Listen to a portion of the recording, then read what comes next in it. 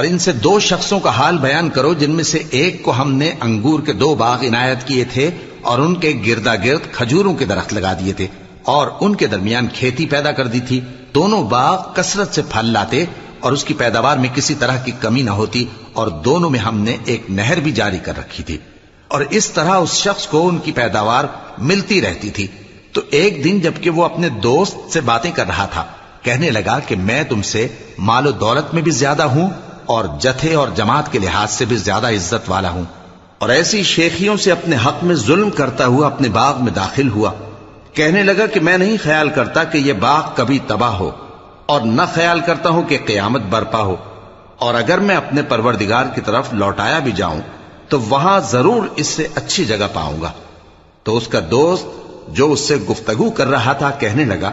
کہ کیا تم اس ذات سے کفر کرتے ہو جس نے تم کو مٹی سے پیدا کیا، پھر نطفے سے، پھر تمہیں پورا آدمی بنایا؟ مگر میں تو یہ کہتا ہوں کہ اللہ ہی میرا پروردگار ہے اور میں اپنے پروردگار کے ساتھ کسی کو شریک نہیں کرتا. اور جب تم اپنے باغ میں داخل ہوئے تو تم نے ما شاء اللہ لا قوت الا باللہ کیوں نہ کہا؟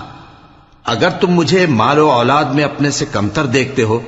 تو عجب نہیں کہ میرا پروردگار مجھے تمہارے باغ سے بہتر عطا فرمائے اور تمہارے اس باغ پر آسمان سے آفت بھیج دے تو وہ صاف میدان ہو جائے، یا اس باغ کی نہر کا پانی گہرائی میں اتر جائے تو پھر تم اسے تلاش نہ کر سکو.